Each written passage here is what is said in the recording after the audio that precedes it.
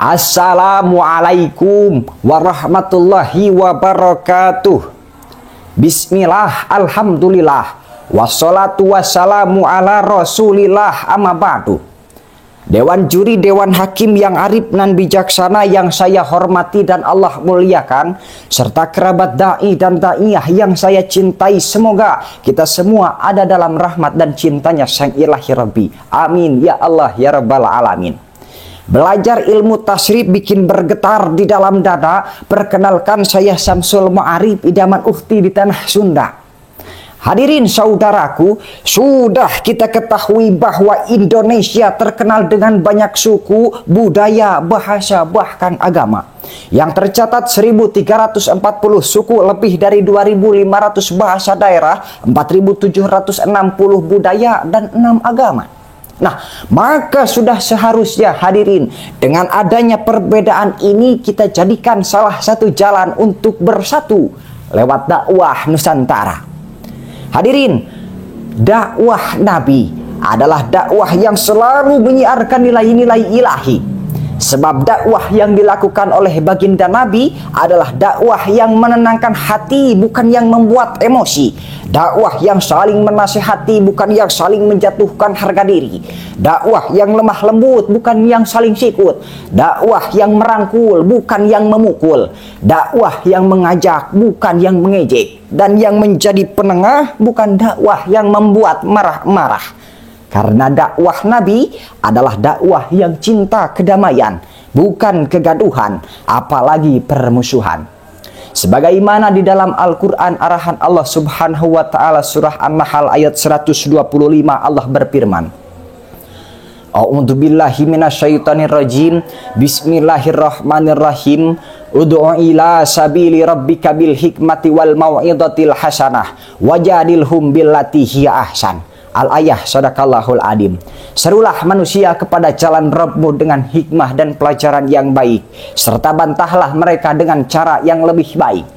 Hadirin, Syekh Al-Imam Al-Alamah Ahmad bin Muhammad As-Sawi Al-Misri Al-Hilwati Al-Maliki mengatakan di dalam kitab tafsirnya, Tafsir As-Sawi jilid 2 halaman 412, mengatakan bahwa ayat tersebut terdapat kata ud'u yang merupakan kalimah amar, yang mana di dalam kalimah amar tersebut terdapat domir mustatir wujub, yang jika ditakdirkan domir tersebut adalah anta.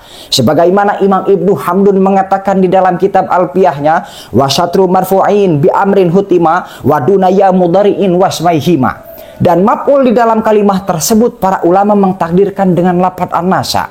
Mengapa demikian? Karena mengisyarahkan bahwa Allah mengutus baginda Nabi itu universal untuk seluruh alam, yang maknanya adalah ajaklah wahai Muhammad kepada seluruh manusia ila sabili rabbika, kepada jalan Tuhanmu, yakni agama Islam. Namun yang menjadi pertanyaannya hadirin, bagaimana strategi dakwah yang efektif untuk menyatukan perbedaan? Sebagai jawabannya, berdakwahlah dengan kelembutan dan cinta kasih sayang, karena Islam adalah agama yang rahmatan lil alamin. Hadirin, dakwah itu tak harus di mimbar, tak harus di sorban, tak harus di peci, tak harus di jubah, tak harus di masjid, tak harus di panggung yang indah. Yang jelas, dakwah adalah tindakan yang selalu menyeru manusia kepada jalan Allah Subhanahu wa Ta'ala. Ingatlah hadirin, Rasulullah Shallallahu Alaihi Wasallam bersabda, Innallaha la yanduru ila suwarikum wa amalikum, walakin yanduru ila kulubikum wa amalikum. Sesungguhnya hadirin, Allah tidak melihat kepada bentuk rupa harta benda kalian, walakin yanduru ila kulubikum wa amalikum. Akan tetapi Allah melihat kepada hati dan amal perbuatan kalian. Hadis riwayat Bukhari. Hadirin, sebagaimana yang dilakukan oleh Wali Songo, mereka berdakwah mengikuti dan mengakulturasikan kebudayaan Hindu dan Buddha. Mereka tidak menentang adat dan tradisi yang sudah ada, melainkan menggabungkan ajaran Islam lewat seni dan budaya.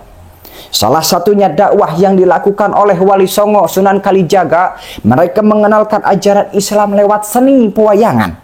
Mengajak seluruh masyarakat Nusantara untuk menyaksikan pewayangan secara gratis dengan syarat para penonton mengucapkan 2 kalimat syahadah. Beliau mengkaji semua dunia pewayangan seperti jimat kalimat syahadah yang melambangkan 2 kalimat syahadah dan Pandawa 5 yang melambangkan rukun Islam. Dan masih banyak dakwah Wali Songo yang mengakulturasikan kebudayaan Hindu dan Buddha. Namun hadirin, perjalanan dakwah Wali Songo tentu jauh dari kata mulus. Banyak tantangan, rintangan, dan cobaan yang dilalui ketika berdakwah.